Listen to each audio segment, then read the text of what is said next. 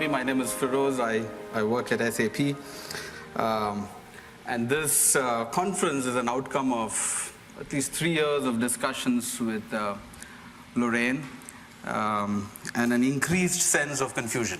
This has been the reason why we are here, because I read so much, I meet so many amazing people, and I get more confused. So I said, why not get some incredibly smart people into the room and get some different perspectives. And I'm very grateful that many of you are here today. We kind of limited to invite only, and we capped it at 100 people. So I'm pretty happy that we probably have around 80 to 85 people with a 10 to 15% dropout. I think this is a great audience. So thank you for your time. Thank you for the next 4 to 5 hours that you're going to spend with us.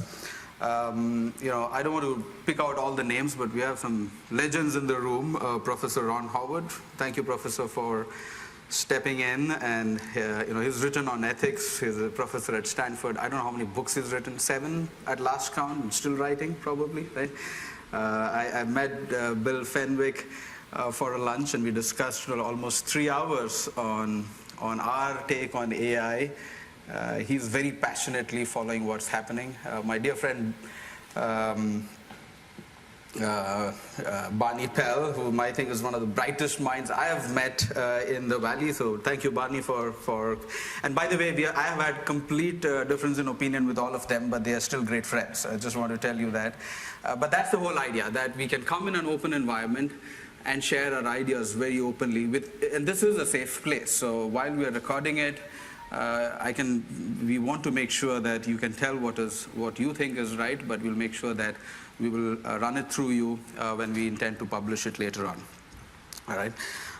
So thank you all for being here. Let me spend maybe the next 20, 30 minutes giving you different perspectives. I call my presentation Ubuntu. We're all connected. It means humanity. In a more philosophical sense, it means the belief that in a universal bond of sharing that connects all humanity. And hopefully by the time I finish my presentation, I'm able to convince you that everything that we're doing is fundamentally connected. Even though they look very, very disconnected in the beginning, I hope you get to believe that it's connected. We were not sure what to call this event. We had no clue. This is the first time we are doing it, so we said, why don't we call it a Responsible AI-DI Summit? I don't know much about AI and DI. In fact, I just told my friend I have no clue about AI and DI, but you know what? When you spend a lot of time with people like Lorraine and Barney, you kind of learn. And so this guy said, Feroz, if you don't know much, I'll give you a book. So he gave me this book which says, What to Think About Machines That Think. Every day I get a book that I want to read, but just there's so much content out there, right? So there is so much content that, as I said, I get more confused. So I fundamentally believe that in a world that is flooded with information, clarity is power, right?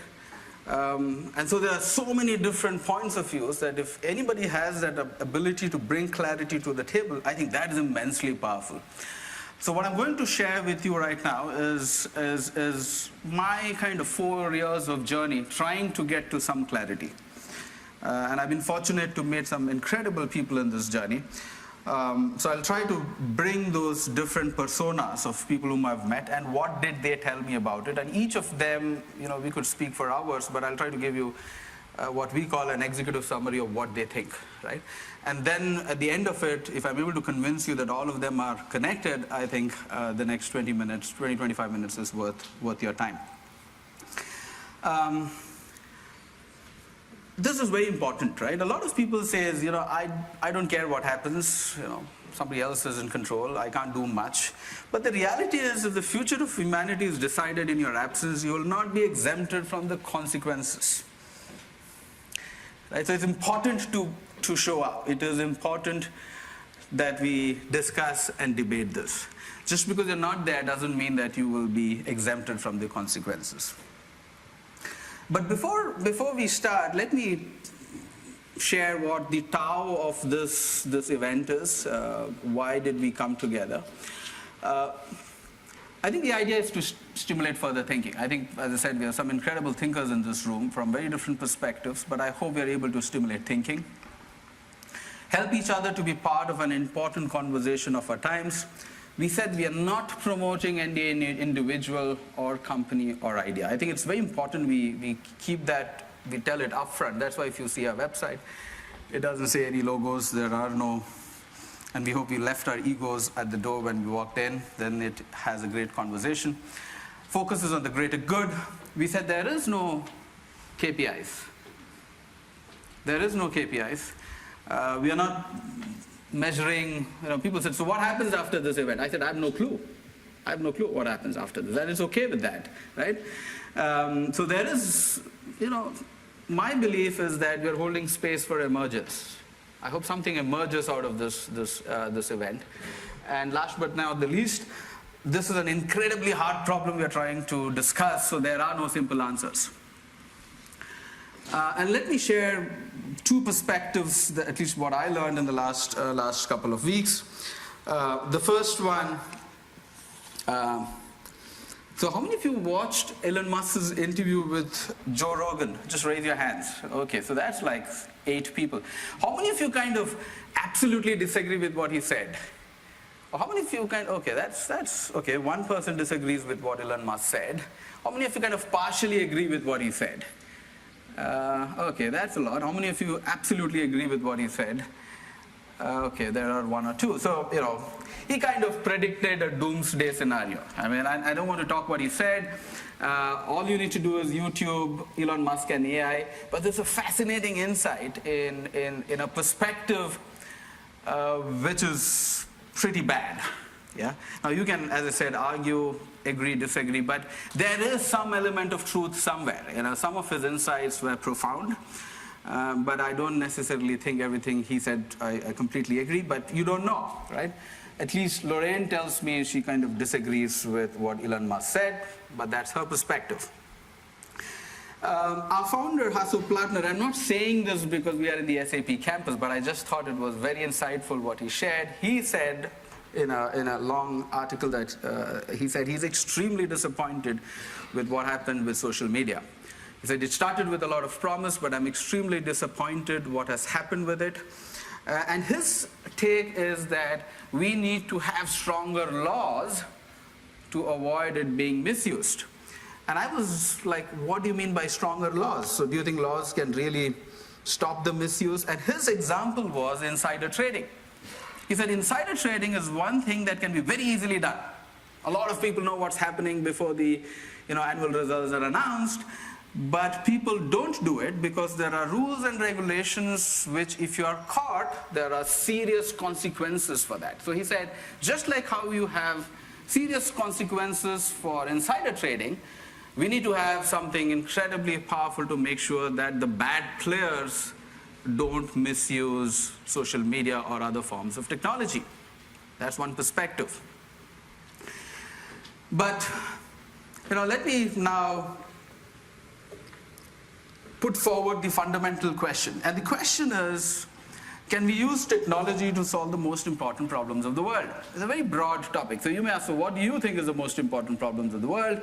Almost everybody kind of agrees that climate change and maybe inequality and education are probably the top 3 problems. It doesn't matter what we are trying to solve. As long as these are the most important problems of the world, the question is, can we use technology to solve the most important problems of the world? And if you want to break this down into maybe 3 or 4 subtopics, it could be, can we use decision intelligence to foresee unintended consequences?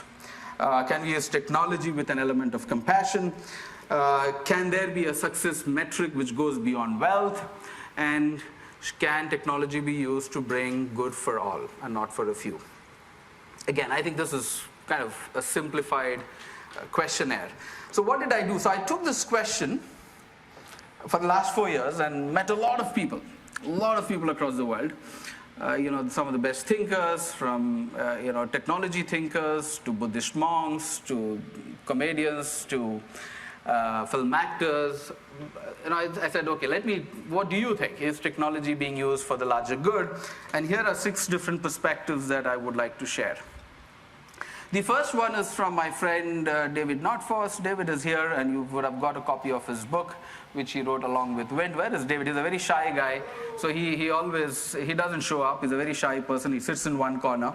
I met him 3 years back, and I was just blown away by his insight. He's a brilliant man. And he said, we need a very fundamentally different economic model. And I said, what do you mean? So he explained it to me. I must confess it took me a week to understand what he was trying to say. But all he was saying is that our current economic model is based on reduction of cost. So if you need anything, anybody who produces it at a cheaper cost will get the job. He said, why don't we turn that around and say, we will focus on increasing human potential. And it's a very different perspective. What do I mean by that at an economic level? It basically he was saying that if you bring down the cost, it will finally go down to zero. But if you increase human potential, there is no upper limit. That's a very simplistic explanation of what a people-centered economy is. The book is there. David is here. I would say spend some time with him if this is of interest. But for someone like me who's not as smart as others, I said, what do you mean by that? Can you give me an example of how this works? He said, Feroze, if you look at, say, a world of Uber, we maximize profits for either the shareholders or the end consumers. We don't think from a driver's perspective. If you look at an Uber driver, they were paying 17%, now they are paying 25% and more. They were working probably 6 or 8 hours. Now for the same amount of wealth creation, they have to work longer. He said, why don't we turn it around and say we will keep the driver or the employee at the center of the economic model. So it's a very different model. Sometimes I feel people like David have very utopian ideas, right? I absolutely agree with his idea, but I'm not sure whether this is practically possible. But I think we need more Davids and Winds of the world to kind of challenge us with the existing models. But what he says fundamentally is that, I'll come back to this a little later, but what he's saying is that we need a people-centered economy, right? Not a task-centered economy. And what is a people-centered economy? In a people-centered economy, he says a sustainable innovation economy where people do meaningful work together with people they like, being valued by people they do not know, providing for people they love. At the end of the day, the economy is about being here for each other. This is kind of giving an executive summary of the book. David, I hope I've done justice to your years of research, but I have just 2 minutes to explain this. More, thank you. So that's the first insight. Instead of a task-centered economy, let's go to a people-centered economy. And there's a lot of work that we've already done on this. One of the examples is school abilities, but that's the first approach. Let me give you a second approach. This is actually very interestingly the Indian IT and law minister. His name is Ravi Shankar Prasad. He was last week voted as the top 20 leaders in digital governance. And I got a call from his office 4 weeks back. And he said, the minister is coming to San Francisco. He wants to meet you. And I'm like, okay, if the minister calls you, you have to go there, right? You have to show up. So I met him. We were 10 of us. And it is very interesting that he's probably the only guy in the world who is a minister, and he reports directly to the prime minister, who is both a minister for technology and law. Typically, there are two different people who handle this, but he's actually the only minister who is responsible for technology and law. And then he called in and he said, Feroze, and a few others were there, he said, I'm extremely concerned with what's happened in India. It was all over the news. And this is what really had happened just a few weeks back. This is from Time magazine, where fake news killed 25 people. Okay? And he was extremely concerned with it. Now, what happened is the following. India is the largest user base for WhatsApp. We have 200 million people using WhatsApp, 200 million and growing. So the largest user base. And what started as fake news, people didn't really understand the consequences of that. And the first big incident that happened was somebody sent a fake news show telling that there are people who are abducting children. That's how the news started. It was actually, when they looked back, it had originated in Pakistan, landed up in India. And there were these innocent people who went into one village, and people suddenly started assuming that these were the abductors. And then the mob got around, beat them up, and killed them up. And we're not talking about 1 or 2 deaths, but we're talking about almost 24 killings that happened because of fake news. And so we were saying, Feroze, what do we do? What we don't understand sometimes is that when technology has a scale of 200 million people, the outlier situations sometimes get massively amplified, and the unintended consequences could be very, very bad. So of course, WhatsApp immediately called the CEO, and they did a lot of course correction, including you can't forward a WhatsApp message to more than 5 people in India. And they kind of put a limit to 20, if I understand, but in India it's just 5. And it has a forwarded message. Only group owners can forward it, because they were not able to even identify where it all originated. So these are the unintended consequences of technology. And as a law minister, he said, Feroze, can you help me frame the digital laws of India? And we were discussing about what are the possible things. While some of these things are short-term, right? I mean, restricting forwards to a few number of people, but really, how do we create long-term laws? One of the ideas we were talking about is the fundamental problem is when you project your human rights to machines, sometimes we don't understand the consequences of that. We are not able to differentiate between what is real news and fake news, and a lot of people can't make that differentiation. And there are various other things we are working on, but finding and building better governance could be a second approach. Then I met this dear friend of mine who won the Thinker 50 award a couple of years back. He's written lots of books. I know him for almost a decade. His next book is on consciousness. And he was saying, Feroze, the problem, especially in the Silicon Valley, he says, is that we talk about disruption, right? He says, when you talk about disruption, we are solving one problem in a fundamentally different way, but at the same level of consciousness. He says, unless we elevate our levels of consciousness, we are not going to really solve the problem. We are probably displacing the problem. We are not solving the problem. So his whole idea, and his next book is actually on consciousness, and he gave me some insights into that. I thought it was extremely powerful. And his take is that consciousness is everywhere, and it is an intrinsic property, just like gravity, right? And he says, if he has to build a simple model, he says it should be like this. While we all focus on more innovations, we kind of building iPhones up to 100. He says if we don't build social awareness, if we don't include not just more features, but better, like gender, racial, income equality, we are not necessarily going to solve the problem. So his belief is that we need to move from more to better, right? That's how we make the world much better. Then I met this guy, Anand Giridas, who's a New York Times columnist, a former New York Times columnist. He's an author and an Aspen Fellow. I had hosted him for his first book launch at SAP in India when I was still the MD there. And I met him a couple of years back, and he was extremely disappointed with what was happening. So he was invited to be an Aspen Fellow, but what happened after that was very interesting. He gave a speech which most people didn't like, and so nobody invites him anymore to give speeches. But I think he has a very profound insight. And so he wrote a book which is called Winner Takes All. I've been reading this. Brilliant insight. A lot of us wouldn't like what he said, but I think there is a lot of merit in that, right? He's against rich people doing philanthropy. That's his bottom line. He says that philanthropy is a drop in a bucket, but this drop is upholding the problem.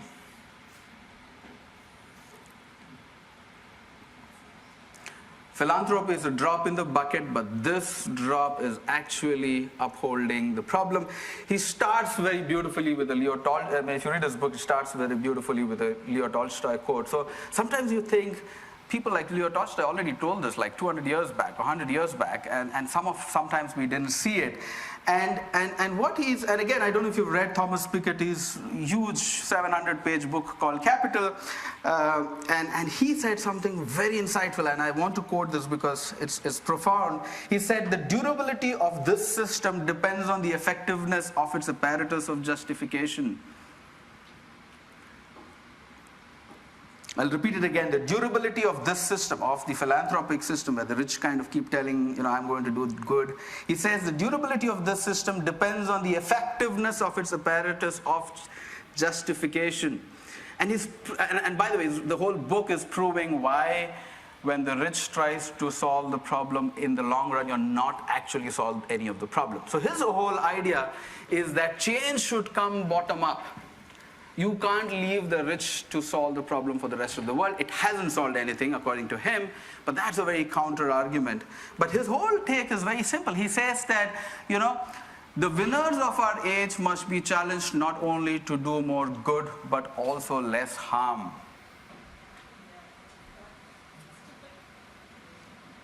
A lot of us are focusing on, I want to change I have heard thousands of people who come and say, Feroze, I want to change the world. And this is like, if you add up how many, my friend who's a Magsaysay Award winner, which is the Nobel Peace Prize for Asia, he was invited to Harvard, and he said, I have seen so many people who have already, who said that I've impacted 1 million lives. If you just add that up, the world should have been very different. Hasn't changed much. But everybody is saying, I want to make the world a little better, and he is saying, let's ask people to do a little less harm. So that's Anand's profound insight. I've believed, in my many years, some of the best thinkers have been Buddhist monks, and I've spent a lot of time with at least one of them, and he is his name is Reverend Hengshaw. He is the head of the Berkeley Buddhist Monastery. And I spent like 4 days with him at the Gandhi Ashram 2 years back. How many of you have heard of Reverend Hengshaw? Nobody, right? Okay, maybe 2 of you, 3 or 4 of you. Every time I meet him, I feel the energy kind of just flows onto you, right? And people who are around him, tell him that he can see in a time frame of like 500 years. Right? You understand that? We have great thinkers who predict like what happens in 10 years. He's like thinking 500 years. He has that amount of clarity of what's happening around the world. And he did something incredible in 1977. So he went on something called the 3-step and a bow pilgrimage. So basically you take 1, 2, 3 steps, and then you bow to the ground. Right? That's a very Buddhist practice.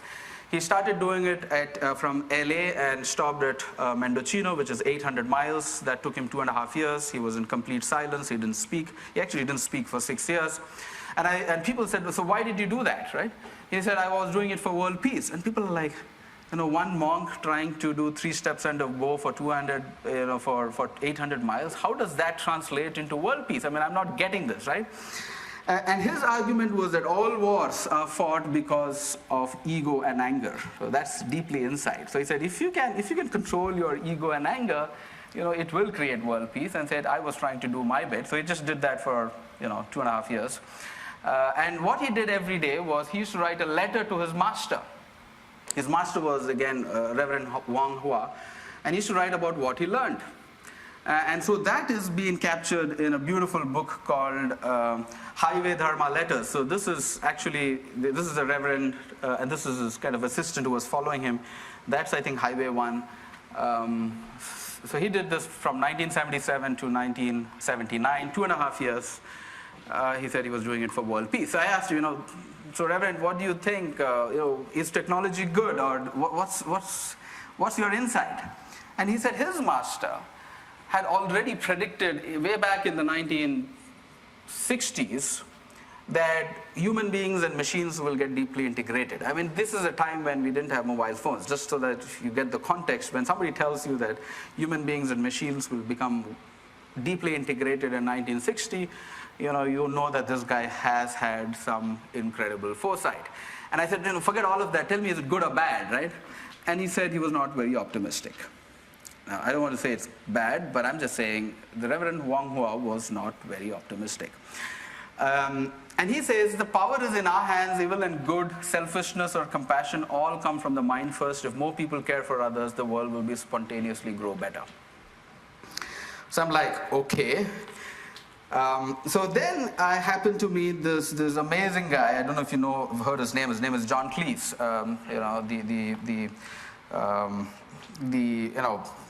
You've all, probably many of you have grown up with his famous comedy serial called Monty Python. So I met him 2 months back, and I realized he's just incredibly brilliant. And my fundamental take is, if you want to, if you want to hear critical thinking, the best people to go are comedians, right? Because they see the world very differently, and they have the license to tell the truth. A lot of us don't have the license to tell the truth because we want to be nice and politically correct. A comedian can tell what he wants. So I asked John, I said, John, what do you think? I mean, he understands quantum physics, he understands technology, he's just incredibly brilliant. And I said, John, what do you think? And guess what he said? Feroze, there is no hope. And I'm like, I didn't expect him to tell that. I thought it's a joke. He said, Feroze, there is absolutely no hope, and I'll tell you and prove you that scientifically that there is no hope. And I said, what do you mean? He said, have you heard about the Dunning-Kruger effect? And I'm like, no. How many of you heard about the Dunning-Kruger effect? So we have like 3 people, these are the wise ones, right? So what do you mean? Can you explain what it is? And he said, the Dunning-Kruger effect, by the way, proven by a professor at Cornell. And his argument is very simple. He says 6 out of 7 people have no clue what they are doing in their jobs. Whether it's an artist, whether it's a writer, whether it's a software engineer, whether it's a doctor, it doesn't matter. 6 out of 7 people have no understanding of what they're doing in their day jobs. They are only able to perform operational functions. They can do their task, but if you give them a situation which is not part of the regular routine, they will have no understanding of how to execute that. So the Dunning-Kruger effect says that 6 out of 7 people have no understanding of their real task. Only 15% probably get it. I said, so what? And said he's something very interesting. So it's basically a cognitive bias. So what is a cognitive bias? He says the people who are extremely competent, they assume that everybody else is very competent, and the person who is extremely incompetent starts believing he's extremely competent, right? Now, what do I mean by that? It basically means that, I'll just explain this a little later, but it says it's a cognitive bias in which the people of low ability have illusionary superiority and mistakenly assesses the cognitive ability as greater than what it is. On the other hand, people of high ability assume that tasks are easy for them, are also easy for other people. Now, why am I saying this? The reason I'm saying this is because when I meet a lot of incredibly smart people in the Silicon Valley, they just assume that the rest of the world is incredibly smart too. It's like AI is so simple. I'm sure everybody gets it. Hello? No chance. Most people don't get it. Even I don't get it, by the way. Right? So it's incredibly complex. And so his take is the miscalibration of the incompetent comes from the error about self, whereas the miscalibration of the highly competent stems from an error about others. And he says this happens. This is a cognitive bias that happens to everybody. So I said, what do you mean by that? He says it basically means that there is the gap between reality and perception is between 40 to 50%. So most of us have no understanding of the reality. He says when you don't understand the reality, there is no hope. He's done a small, you can do John Cleese and there is no hope on YouTube, and he explains what it means. I'm like, after 4 years, I'm like, holy crew, I'm even more confused, right? So I just shared you 6 perspectives. David and Vint says we need a new economic model. The IT minister says we need better laws. My friend says we need to measure compassion. My Buddhist friend, who is a monk, is saying the solution is inside, right? And of course, John Clay says there is no hope. And, Anand says philanthropists are not going to solve your problem. So I have 6 very different perspectives and extremely learned men. These are not XYZ, they are very, and they have written books and data to prove what they are saying. So I said, you know what, I'm so tired, let me go back to the one person whom I personally have great admiration for is Mahatma Gandhi. So let me say, if Gandhi was alive today, what would he have said? So I said, Gandhi is not alive, unfortunately, so I can't ask him. So I said, let me go back to probably the most profound scholar on Gandhi and what to do. So I spent a lot of time with this author and Gandhi scholar. Her name is Rajni Bakshi. And I said, please tell me what would Gandhi have said? And she said, Gandhi already predicted this in 1940. He had actually written about it, and she had actually done 2 years, or actually not 2, 4 years of study on what Gandhi said. And Gandhi had said the only solution is trusteeship.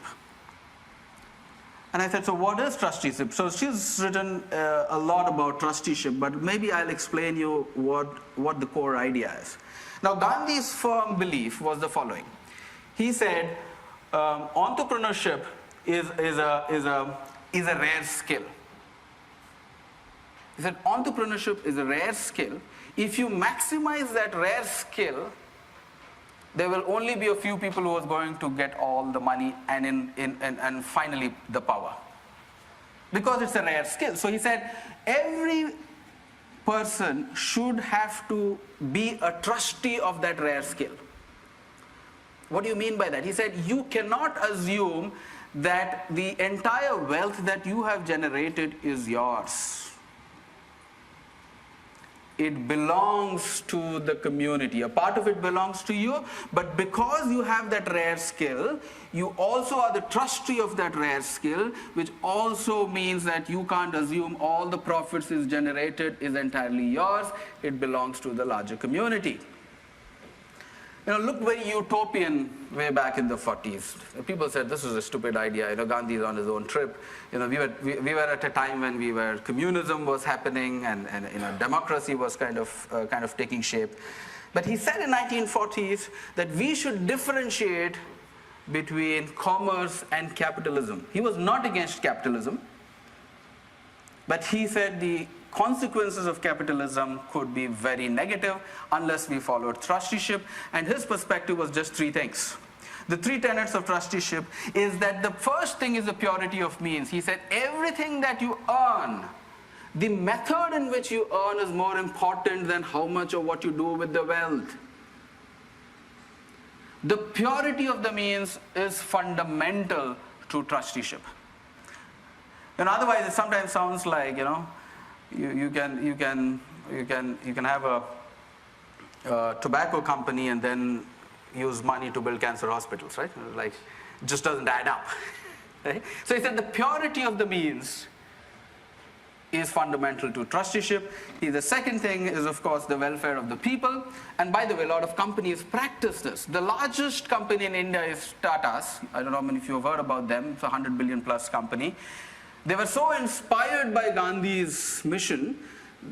Way back, they said that 66% of the profits will be put in a trust. It is not belonging to any individual. And that trust will make sure that it is using the money for the welfare of the people. It's a $100 billion plus company. 66% of the profits are put in a trust upfront. And it has to be used for the welfare of the people. Right? And of course, he was a great proponent of simple living and high thinking. I've written detailed blog myself and Lorian about this. That's on your tables. You can read it at your free time. But my personal thinking is, this is probably one way forward. Again, I just thought I wanted to give you 6 or 7 different personas, and I hope this can trigger some interesting discussion. Let's co-create. Thank you so much.